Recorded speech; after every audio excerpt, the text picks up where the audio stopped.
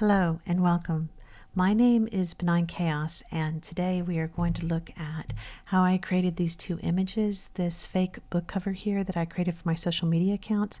It's a reimagining of my audio play, The Sleeping Dragon, as a 90s romance. A what if? What if my audio play had been published in 1993 as a romance book? So this fake book cover, we're going to look at that. We're also going to look at this banner that I created for my website. I want to look at this because it is a great example of using Photoshop's generative fill. So we're going to be looking at Midjourney and Adobe Photoshop.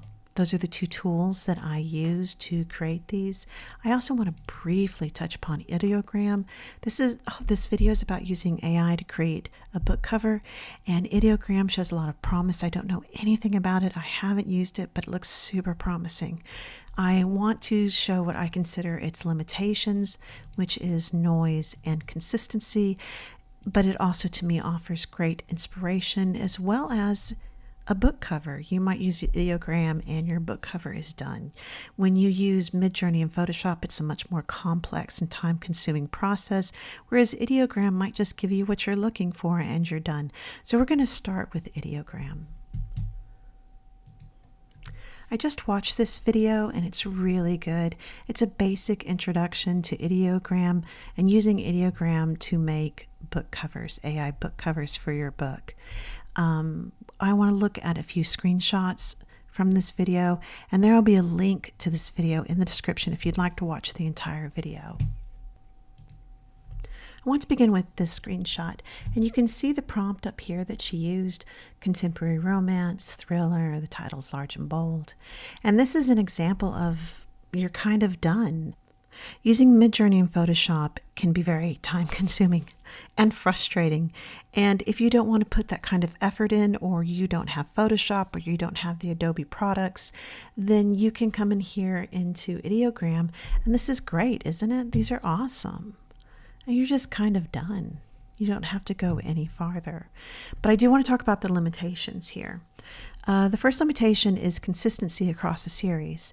So you want to have the same look and feel across your series. So say you're writing Secrets of the Heart and it's the first book in a series, and it's uplifting and exciting, but your second book is going to be Shadows of the Heart. It's a little more serious, it's a little darker. So you want Secrets, instead of being this really delicate light pink, kind of this romantic light pink, you wanted a more sinister red, and you're going to have shadows written in like a red, and you want this gradient instead going towards the center. Instead of being this purpley pink, you want it to be red, reddish black, because you have a more sinister second book in the series. Well, if you've done this within Ideogram, you're not able to retain that look and feel across your series. So that is one limitation that I see with using Ideogram. The second limitation I see is what I call noise. It's or nonsense. It's what all AI programs, all AI art generating programs add nonsense. It adds noise. And a great way to look at that is if we go to, here we go. If we go to this one, and here we're doing a fantasy romance title, and all the fantasy romance titles right now are all about the font, right? They're about the font, they're about mood. If we go to fantasy romance books, let's go to images, and you can see they're really all in with the font. They do these very ornate fonts and mood, and there's minimal image in the background. It's more about color and font. And we see the same thing here, that Ideogram is leaning into the font. When it does that, when it does these ornate, almost calligraphic fonts, it starts to get confused, it starts to add noise, it starts to add nonsense. And you can see it here, right here. We can see the D overlapping the B. What's going on here, we don't even know. This little swish probably would come over the whole thing, but it's just put over half of it. We have more nonsense over here. There's more nonsense, more noise. And so this is another problem I see with using Ideogram. But let's go take a look at, there's another screenshot I want to look at. let's see. This is so good, right? Say you're doing let's go up here, thriller. Say you're making your thriller. This is amazing. You would just be kind of done, especially if you don't have a second book in the series. This is great. I love it. But these are also super easy to make, and that's the next point that I want to make. You might use this and you go, I am done. I love my book cover. That took me about an hour to make, to go through the different iterations. They might have inpainting in Ideogram. I don't know. For example, come over here. You see you've got a novel and novel. I don't know if they have inpainting where you can circle these. We'll talk about inpainting a little bit using Midjourney, and then you can get rid of these. I've never used Ideogram. I see both promise here and problems, but that's everything, isn't it? That's every tool. I can't say that Midjourney and Photoshop certainly have both promise and problems, and we're just seeing the same thing here with Ideogram. So I also want to talk about one more thing with Ideogram. If we go back to the outline, Ideogram offers great inspiration. And let's move down just a second, and then we're going to go back to Ideogram. So when you start working on a book or a banner, you don't have to start with a blank page. You don't have to start with nothing. I personally have a very difficult time doing that. And so I find it better to look for inspiration. For example, when I did this book cover here, I did a Google image search. And so just like we just did with the fantasy romance. So if we did 1990s romance book covers, I had this up. And I searched through these to find overarching, trends. And for example, it was all kind of these very ornate fonts. But the fonts, even if they were ornate, they always were up and down. They weren't slanting like if you're writing cursive. So I made sure that I chose, let's close this down a little bit. I made sure to choose a font that was upright, not slanting. So they were always on a curve. Not all of them, just a lot of them. So I put it on a curve. They tended to be embossed, so I embossed it. So it's stuff like that. I didn't start from a blank page. You don't have to start from a blank page. And that's something that Ideogram is amazing at. Look at this inspiration. Oh my gosh. Not only is it great inspiration, it's so easy to replicate. Let's take a look at the Killing Game here. This one right here over on the far right. This is so amazing and super easy to make in Photoshop. So you would have several different layers, obviously. You'd have your back layer, which is just this gray. And then you would have you'd go into Midjourney or Night Cafe or Dolly or whatever it is that you use, and you'd create this silhouette. Then you'd pull this guy out and you'd flip him to make the reflection here in the lake or the swamp. And then you just do this in a sans serif font that's obviously kind of a condensed font. And then you would want to put your gradient within the font. So you get your eyedropper, put it at the top here. Oh, the first thing I do is I download this as my inspiration. I would download this and I bring this picture right here, downloaded from Ideogram, into Photoshop on its own layer to use as my inspiration as I'm working on it. And so it's in Photoshop. This is in Photoshop. So in Photoshop, you could then get your eyedropper, go up here, get this color, get your eyedropper, go ahead and get the color at the bottom, and then create your gradient. Then you get a filter and add your noise to make it gritty. All of these have this kind of wonderful noise. I realize I'm using the same term that I used before, saying it's kind of confusing, but I mean it in two different ways. But it's still noise either way. It's the same term I just used when I was describing AI art generators creating noise or nonsense. And I'm saying noise again, but here I'm talking about these little flecks. And they're super easy to add with filters. So then you add the noise with your filters, and then you would also the same thing with game here. You want to take it, flip it, and then make it reflect here in the swampy part. This is so easy to recreate and so amazing. It's gorgeous, right? It's gorgeous. So I think these are amazing for inspiration. So good for inspiration.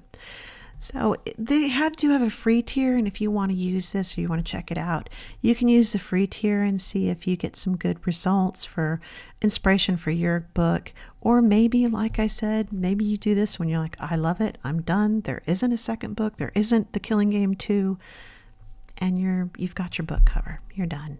So there will be a link to this entire video in the description if you'd like to go watch this video. All right, let's go back to the outline. Super quickly, I just want to talk about tropes. I used a lot of tropes in this. They're great for shorthand. We also looked at the fantasy romance book covers that is covered in visual tropes there. And of course, the visual tropes change over time. But if you're using visual tropes, it's shorthand for the reader, so they immediately know what genre of book you are selling. So, but you can still play within the trope. Absolutely. Also, if you love 90s romance book covers or 70s or 2000s, you can jump back to those decades. This is full of visual tropes from the 90s. It's still going to completely read to American readers. Like the visual is going to read. They're going to look at that and they're going to know what kind of book they're getting. All right, so now we're going to move into the process of using Midjourney and Photoshop to create these images. So we're going to start with prompt engineering, and it's basically keywords. That's the important. Everybody says prompt engineering, but the really important thing is understanding the keywords and how that changes the image. We're going to go look at that and how I created this. So as you can see down here, I was working on a banner for my web page, and one of these ladies, she's farther down. I don't want to go look for her. There's a lot of work down there. She looked like a 90s heroine, a heroine from one of the 1990s romance book covers. And that's where I got the idea to do this series on my social media accounts that were reimaginings of my audio play, but in different genres and in different times. So I thought, let's do a 1990s book cover of my audio play. It'll be super fun. And then we can do other ones, 1970s book cover, blah, blah, blah. So I started working. I switched from this. I totally dropped this because I love book covers so much. I love them, especially old book covers. Oh, and the smell of old books. Anyways, so I got super excited and completely dropped this project and switched over to making my 1990s book cover. So this was my first attempt. This is my first prompt. And I, of course, used dramatic 90s romance cover with windswept hair, right? And my heroine, she has white hair. And you can see here, when I use the keyword windswept, she's in a freaking hurricane. She's in a gale. I dropped windswept immediately because it's not the gentle blowing like she's standing in front of a fan. It's like she's outside during a, Category 5 hurricane. So it wasn't working at all. So this is what prompting is, or prompt engineering is. You're just looking for those keywords, and it can be frustrating. And those keywords vary from AI to AI. So the keywords that work for Midjourney may not work so well for Night Cafe, may not work so well for Dolly, may not work so well for, is it Leonardo is one of them? So these keywords are also specific to a certain AI.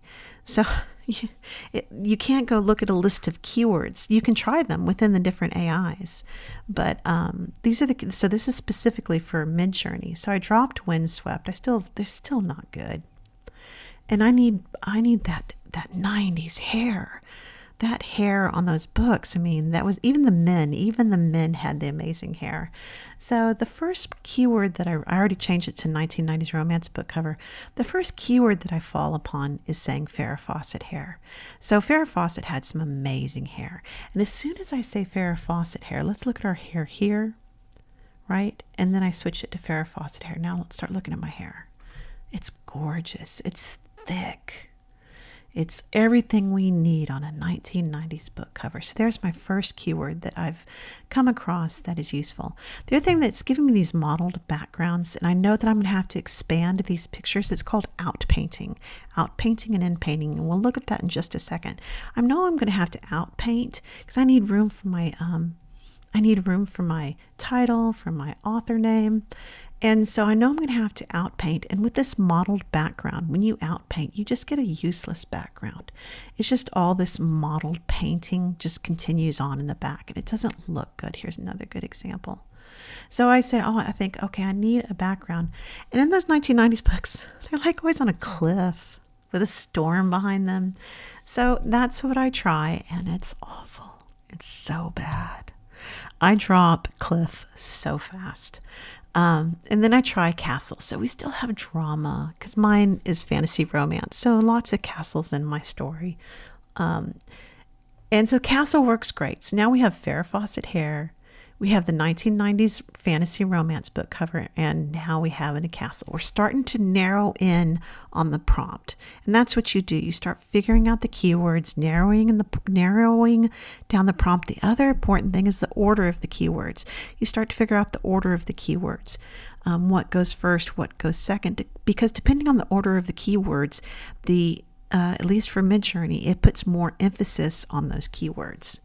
So I try that one more time. Oh no, I do try it one more time. I drop cliff really quickly.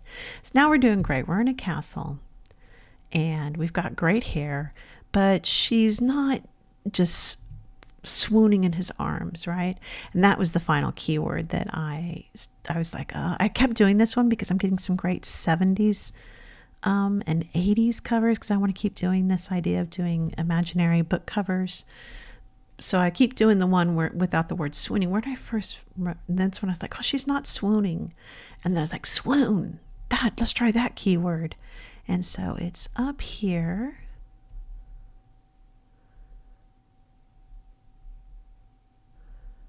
Okay, so here I finally add the final keyword, swooning. So this is my final prompt. It turns out it shouldn't have been my final prompt. It's not towards the end that I realized, oh my gosh, he's not supposed to be wearing a shirt.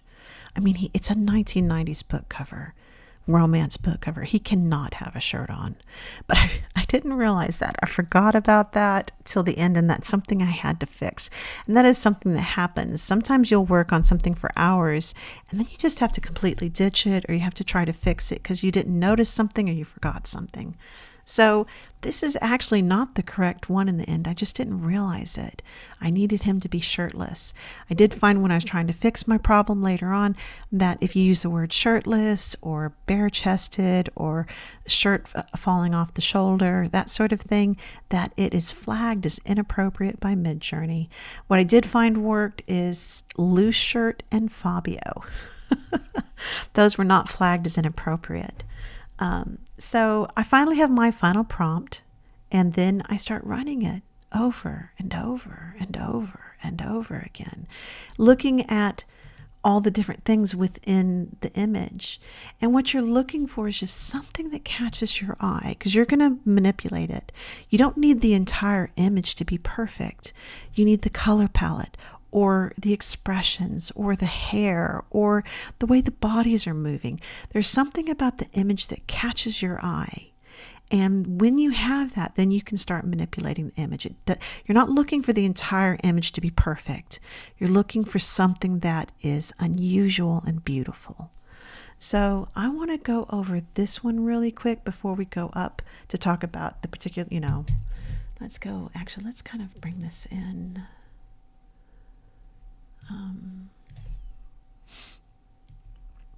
So we can see the image while we're doing this. Okay, really quickly, I want to talk about this one because this is an example of something that catches your eye. You're like, well, what's so different about this one than any of these other ones, right?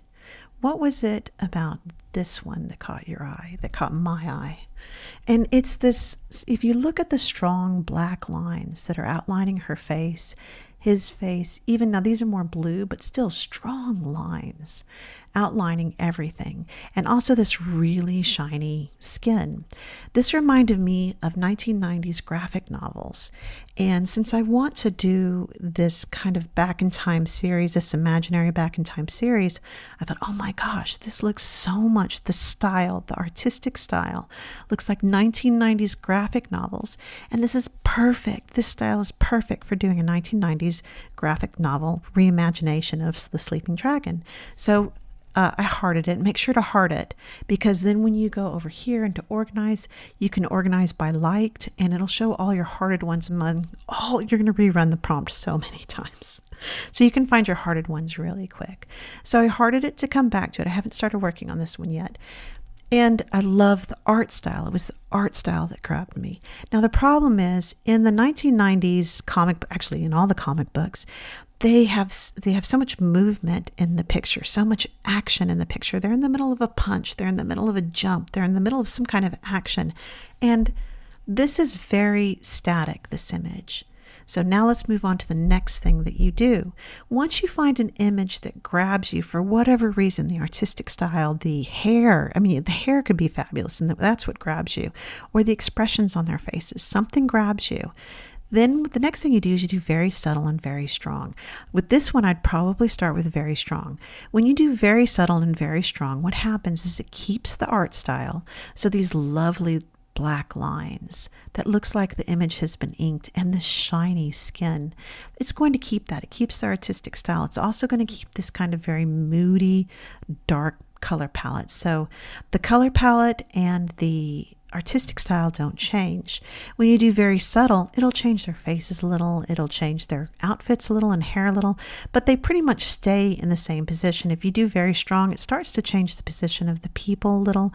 So for this one, since I'm looking for a more action-driven cover, I would start with very strong to try to get my two characters here into a more a pose that has more action and more movement, because that's more representative of comic book covers. This one's so passionate. See, I hearted this one too. I thought this would be a great 2000s book cover. But look, it looks like her head is on backwards. It's very passionate. So I did on this one, I did very subtle. And you can see here it's very subtle. Now her head looks like it's on correctly. And we still have the passion. And then what I'll do is I'll start going through it. Like, for example, this hand's a little better. Right? This is a better hand than these other ones. So I might choose this one. But I haven't started on this one either. I just hearted it to keep with. Here's very strong. So this is very subtle. See, it changes the hair a little bit, changes the faces a little bit. Here I did very strong. And see, now it's changed. It's kept the art style, but it's changing their positions. But I haven't started working on that one yet. Let's find. Okay, here's the first one. This is how this started. And I think it was the hair. I was liking her hair in her hand. But if you look at her hand, she's got too many fingers, right? There's a lot of problems with this. With 1990s novels, you really need a lot of cleavage. She's got no cleavage. She's got too many fingers. I think it was her hair and the way she's leaning into him that I liked. So then I started doing very subtle, very strong. So when I do very subtle, here's very subtle. I still don't like it. I realize I've got no cleavage. I like seeing her back. That means she's a little twisted. So it's a little more of a dynamic body pose. That's cool. But obviously I didn't use this one. So then from down here, this was the first one. I also did very strong. So here's very strong. This is great. She's really leaning into him. It's much more passionate. And so very strong is where I go. I drop very subtle really quickly. Another thing with very subtle, look, their lips aren't lined up. And there's quite a bit of problems with the original image. But once you do very strong, you start getting them, they're moving the poses around. Our lips are lining up more. She's pushing into him more. We're getting some great stuff. Also with the original image, his hand wasn't on her back. There was a lot of problems with that. So I start doing very strong a lot. Now, I do very strong by doing rerun. I click, same with the original prompt. I just do rerun and it runs the prompt again. Just rerun the prompt over and over again. If I do rerun from here, it's going to vary this again. If I do very subtle from here, it's going to do this one, but I don't want to do that. I want to do the original, the OG. So I do rerun. It's just going to rerun the very subtle on the OG over and over again. So I'm pressing rerun every time. Very strong, rerun, rerun, rerun. So here it is again. We very stronged again, moving them around. I'm looking at everything, the hair, the hand. You know, the placement does look natural. This is not good. What is she going to kiss his nose? That's just no good. I'm looking, it sounds funny, but it is a 1990s romance cover. I'm looking at the cleavage. I'm looking at everything to see if it matches. At the time I had right here next to, actually I have another monitor. It was on the other monitor.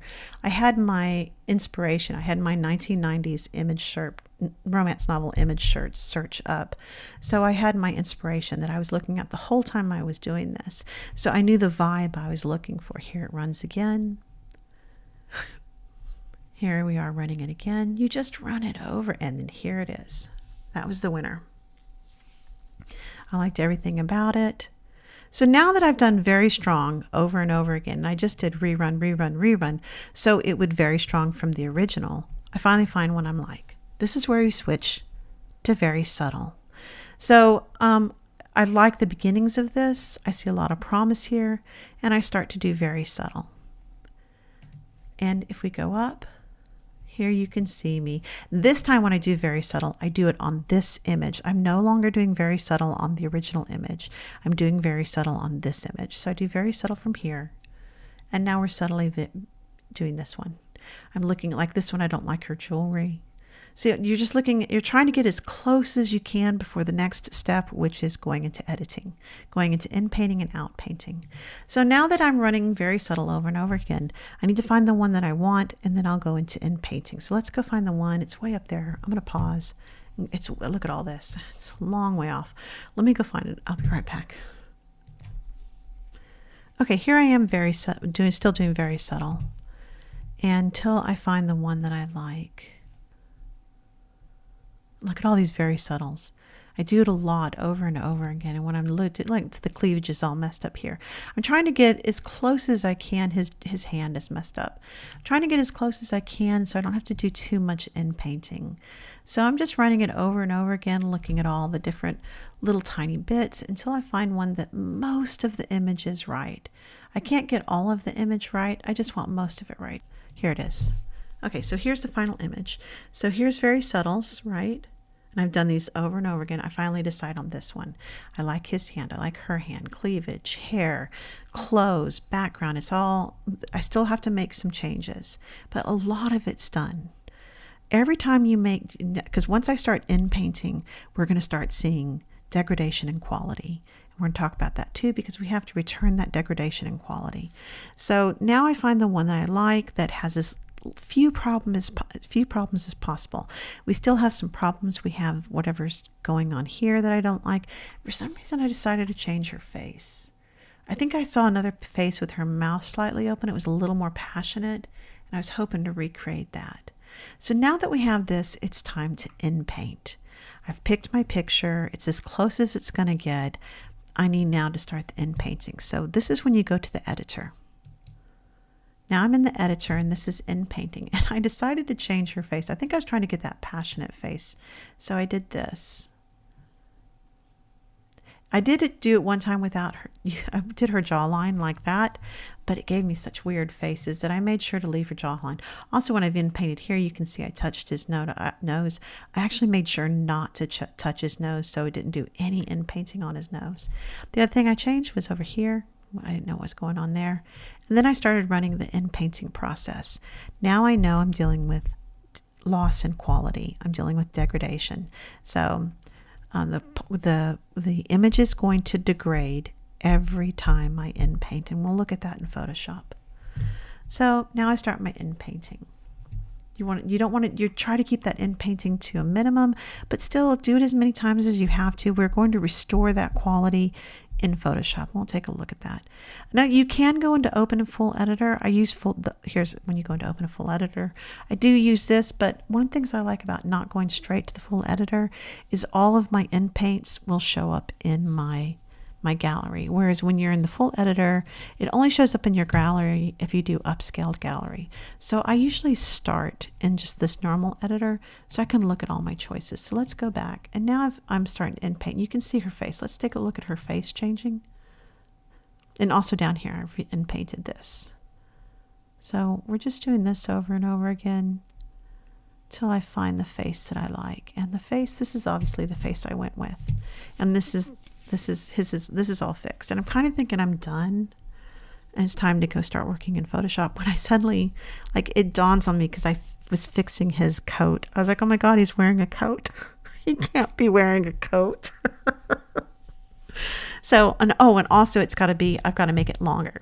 So the inpainting, like I inpainted the face. Next thing we want to do is we have to outpaint. That's where, so at this point I go into editor. At this point I do go into open and full editor. So I take this one into the full editor. And here I do the outpainting. So I need space for my title. I need space for the author name. And also you want to add just a little more space all around. So you have wiggle room. Like, oh, I actually need more room up here than I thought I was going to need for my author name. Or I need more room. You know, the title is actually way bigger than I was realizing. I need to add some room down here. So I was doing a 2-3. And then after you get to 2-3, I would add, or whatever your size is, make sure to add some more. So you have some wiggle room to play with. That's outpainting. You would click submit edit. It will give you 4 selections. And every time you hit click submit edit, it's going to give you 4 more. See, watch, we'll do submit edit. And there's your 4 that's giving you in outpainting. You can also do inpainting from here as well, which I obviously did. I started working on him to try to get his coat off. And I got flagged so many times. I got so flagged. Flagged as inappropriate over and over again. I was like, I'm just trying to make a romance novel cover. So here you go. And if you don't like any of these, it's no big deal. Just hit submit edit. You can also change this. And I did change this. When I started working on him, I put shirtless and bare-chested, and it kept saying, no, inappropriate. I finally found Fabio. So what I put over here is I left the dramatic 1990s, and I just changed this to say Fabio. And then I selected, I did some inpainting. Like that. And then I was able to get kind of his shirt off. Midjourney was not happy about it. Midjourney was not having it. So what I managed to get was, let's go look at what I was able to finally get. Here we go. And you can see what Midjourney gave me. So it would give me this, and then I was still in the full editor. So then I would select this and I'd left the Fabio 1990s, and I tried to get him more and more as much as I could, but that's all it would give me. This is the most I could get without it flagging it as inappropriate. So the next thing I did, so this is it. This is all Midjourney was going to give me. I was going to have to do the rest in Photoshop. And by this point, so this is the final image. And you can see here I've put his shoulder back to the original, and I've changed this so it looks like it's a collar. So I did this all in Photoshop. So now I'm done with Midjourney. It's time to go to Photoshop. In Photoshop, the first thing we're going to do is we're going to manage quality loss by layering the original images and blending the layers. And then we're going to use generative fill and expand. I want to use this as a great example of generative fill. We're going to look at that. Photoshop generative fill is exactly the same as Midjourney and Paint. Different terms, same exact thing.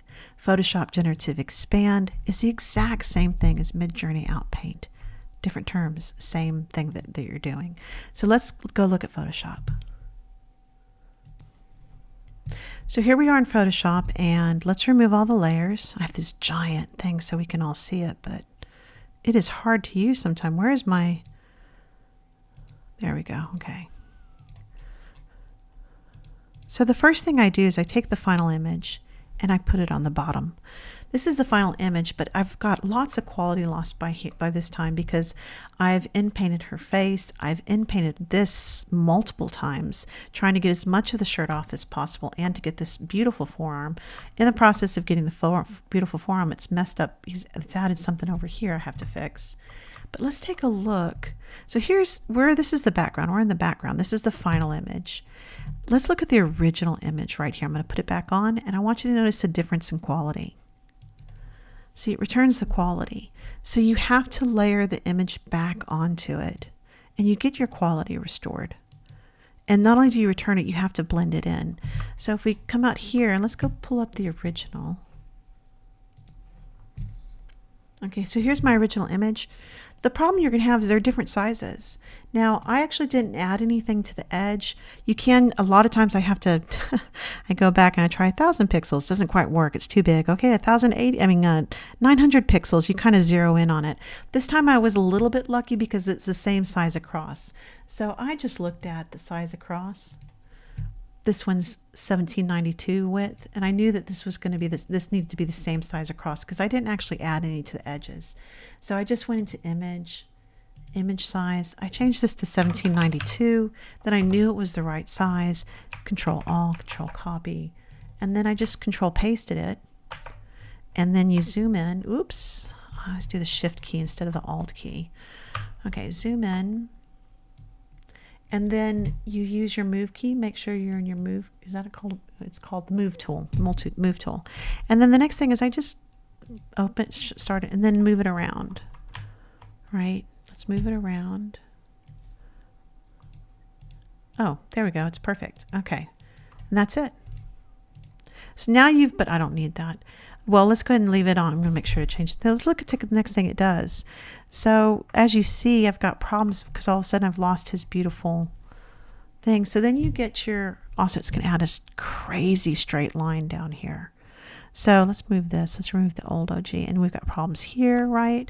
So what you do at this point is you start removing, you go to your eraser tool. You change your flow so it's, now if I'm just straight up erasing something, my flow will be a little bit higher. All right, now I have it at 15% because I was doing some blending. But let's leave it on 15%. So here we come here. I'm just erasing, right? Let's erase, there's this, we need his shoulder.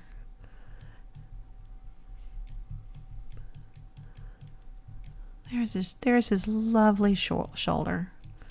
And you have to do it, especially if it's on 15%, you have to do it several times.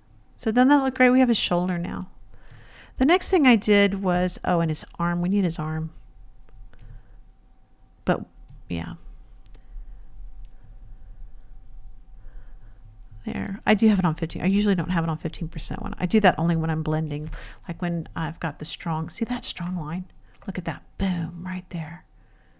Going across there, and I'll show you what that is.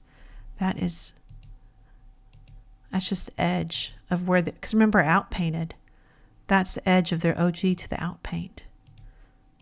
So then I just blend it, just lightly blend it, so I don't have that harsh line. That's what why I have my flow on 15% on the eraser is when I do blending. Also, I had another picture where her back was correct, so I just pulled that up and put the correct. Let me see. It was on a different one. I upscale. Oh my God, I forgot to tell you, you have to upscale every point along the way because you need all the different iterations because you're going to layer them in Photoshop. So one of the iterations I had was she had a beautiful back. And what I did is I went and resized it to 1792 width, so they're the same size. Let me show you what happens if you don't resize it. Let's come back here to the original. Let's undo back to its original. That's the original size. What happens if I paste this in? It's too big, right? Let's move her down. Here, look. Where's the new one right here? Look. It's too big. You have to resize it. Like I said, it was super easy for me to resize because it was the same width. I just got the width off this one and changed this one to that width.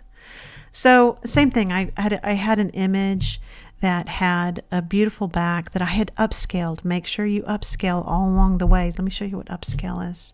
I'm so sorry I forgot to talk about that. right here. Oh, that's already upscaled. Upscale, subtle. Make sure you upscale whenever you get a new iteration, upscale it. And if we go into the editor and then we go into the full editor, here's upscaled gallery.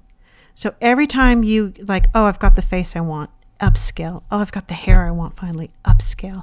You're going to be layering all of those in Photoshop.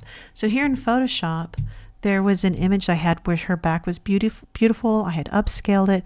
I went and changed it to the 1792 width. And then I used the lasso tool. Use this one example. I used the lasso tool. So I went and resized it to 17. I guess I can find it. I don't want to find it. I have several images and I don't want to find which one I want. So I changed it to 1792. And then I grabbed the lasso tool. I grabbed just her back because it was gorgeous, this one image that I had upscaled. I copied it and then I pasted it over here into here. And where is it? Back of dress. There.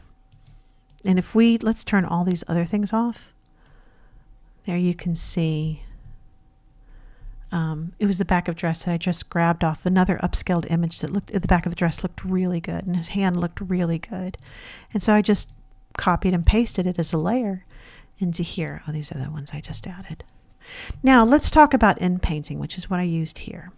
So when we left off, we have this all, nope. Did I put it back? The inpaint, I must have. Oh yeah, it's right here.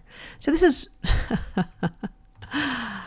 where were we? We had this. So I used Inpaint, which is when you grab, and I don't want to use this image to show you Inpaint. I have a much better image to show Inpaint.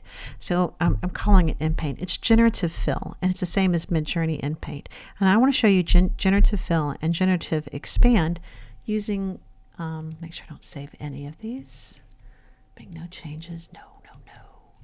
We're going to use right here. That AI generators give you a lot of noise. They give you a lot of nonsense. So let me show you what this looks. This is all generative fill. All of these are generative fill. Let's turn them all off. And I'll show you. This is what Midjourney gave me. This is what I came back. You can see where I've layered it to return the quality. Here's my OG, which is just my little friend here. So I've layered it. I've returned the quality from all of the inpainting I did. And still, there's just so much nonsense, right? Just so much. You're like, what is that? This is on fire? What's going on here? What's this? I don't even know what that is. So it gives you so much noise. And that's where generative fill is amazing. So we don't even know what's going on here. And I decided to put, when we come over here, I got rid of that and decided to put, like, what is this? I don't know. I put a stack of magical books there. And let me show you how that's done. What you do, I didn't actually use the kitty with the hat. I used this kitty in the end. So what you do is you go and get your lasso tool. You go around what you don't want, right? And this is oops, I minus, not plus. I held down the Alt button, not the Shift button. Okay, so you get what you don't want that you're trying to get rid of. You surround it. And then here's your generative fill. And I want a stack of sparkly, let's move this out of the way so you can read it, magic books. And then you say generate. And this is going to, depending on what pay tier you're on, you get so many, I don't know what happened. You get so many credits to use. So me and my husband both use the Adobe products, but he never uses the generate fill or anything. So I get to use all the credits myself. So there you go. And it's just like any AI generator, you have to go through many generations to get what you want.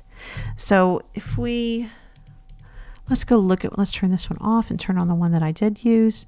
I went through, if we look at this, I went through 9 versions. Let's look at all the different magical books I didn't choose. So there was a bunch that I didn't choose before I ended up really liking these ones. And I think I added the sparkles. I'm not sure. Maybe not. Then I got a black kitty. How many black kitties did I went through 3, but I found a black kitty I liked really quickly. The one that took forever was the mouse over here. And that's what I did. I just did all of these. Let's do Control Z because we moved the black kitty over. There we go. All of these nonsense things, like let's go here. Oops. I mean, what is that? That's nobody knows. So it's nonsense. So I added, I decided to add a crystal ball. Over here, I decided to add a stack of books because this is garbage. I mean, what is that? It just, nobody knows. So, oh, that's where I was changing them. Where is this one? I don't know where these books are. I don't know. There's books around here somewhere. There they are. There they are. I decided to add some books there. Over here, with this crazy thing, I decided to add a magic potion. It wasn't that one. Oh, I did. And then on top of them, I didn't like that. Because look, it's nonsense words. So I did another generative fill to cover it up. Here, I changed this to tarot cards. And I just did this across all of this nonsense. And I left a lot of it. If it looked decent, if it made sense, like these little jars and stuff, I didn't cover those up. It was just things that didn't make sense. Like this got changed. I added a cauldron here. Is this the cauldron? Yeah, and then I added, I think I just got rid of that. Yeah, I just got rid of that. So there's a cauldron. And then I just want to show you the mouse over here. This is all generative fill, where you use the lasso tool and you surround it and then you tell it what you want. And here I loved my kitty cat. So I was like, I want a little mouse because this kind of looked like it was trying to make a mouse. That gave me the idea. So I want a mouse on top. I tried a mouse with a top hat and vest at first. Where is that? It did not look good. It was that got, so your ideas don't always work. I don't know where it is. That did not work. So where's the mouse on top of, here it is. So if we look at our mouse, I went through 33 mice before I found a mouse that I like. So it's like any other AI art generator. You got to get your keywords right.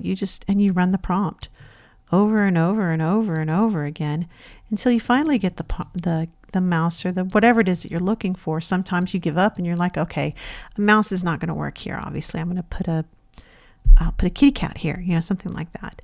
I want to show the generative expand super quick, and then we're going to wrap up. So that was generative fill using the lasso tool. If you're going to do generative expand, that's outpainting. And so to do that, you choose your crop tool. Very important, go up here, the fill, change that to generative expand. And let's add some stuff up here. Let's go this way. Now you can put on here what you want it to be. You can put a quaint village, a magical glen, whatever you want. We're just going to we'll see what it gives us. We're just going to do generate. See, isn't that gorgeous? Yeah, you can say I want treetops if you really want to specify, if you want to be more. And that's generative expand. Once again, it gives you many choices. And oh, that's actually really pretty. I'm kind of loving that. I might save that. Okay, anyways, so that's generative expand. I am loving this so much. Sorry, I did not do this originally. It's awesome. It's really cool. I think I'm going to save this. All right, so anyways, I'll put and see, I didn't like the kitty cat eyes, so I went ahead and gave them right here. I gave the kitty cat blue cat eyes.